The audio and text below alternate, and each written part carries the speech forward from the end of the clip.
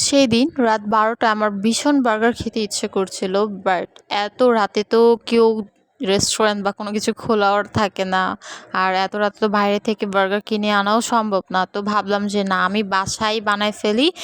যেইভাবে পারি সেভাবে বানিয়ে ফেলি। তাও আমার এনিহাও বার্গারটা খেতেই হবে। তো আমি কীভাবে মিনি বার্গারগুলো বানালাম, তো আজকে এইগুলো আপনাদের সাথে শেয়ার করব।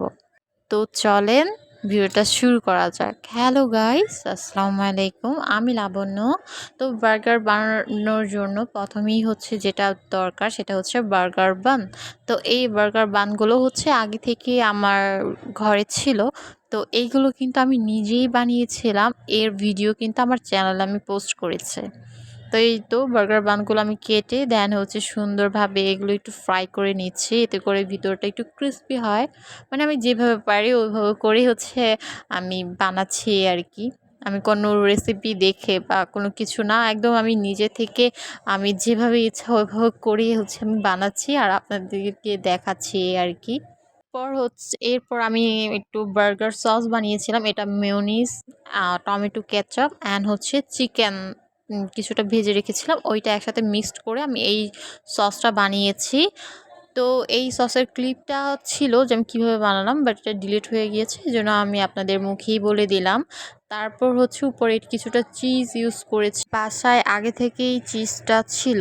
এরপর আমি সুন্দরভাবে প্রত্যেকটাতেই সেম প্রসেসে বানিয়ে নিচ্ছি। তো আমি টমেটো দিতে ভুলে গিয়েছিলাম, তো উপরে কিছুটা টমেটোও দিয়ে দিলাম।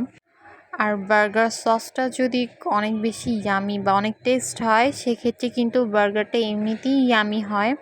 আর এই বার্গারের সস বানাতে যে মেয়োনিজটা আমি ব্যবহার করেছি, এইটা কিন্তু আমি নিজেই বানিয়েছিলাম। তো মেয়োনিজ কীভাবে বানায় সেই ভিডিওটাও কিন্তু আমার চ্যানেলে আছে, আপনারা চাইলে দেখতেই পারেন। তো এই তো আমি এক এক করে প্রত্যেকটা বার্গারই বানিয়ে ফেললাম। টমেটো সসটা দেখতে পাচ্ছেন, এইটাও কিন্তু আমি নিজেই বানিয়েছিলাম। তো এইটাও আজকে কাজে লেগে গিয়েছে।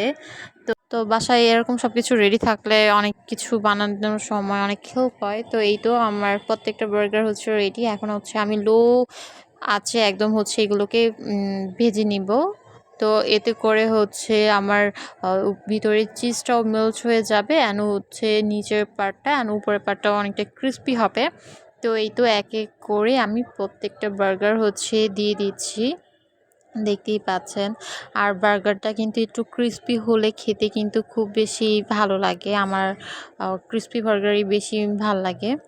আর এই বার্গারটা গাইস এত বেশি মজা হয়েছিল, দেখতে যতটা লোভনীয় ঠিক খেতেও অনেক টেস্টি হয়েছিল।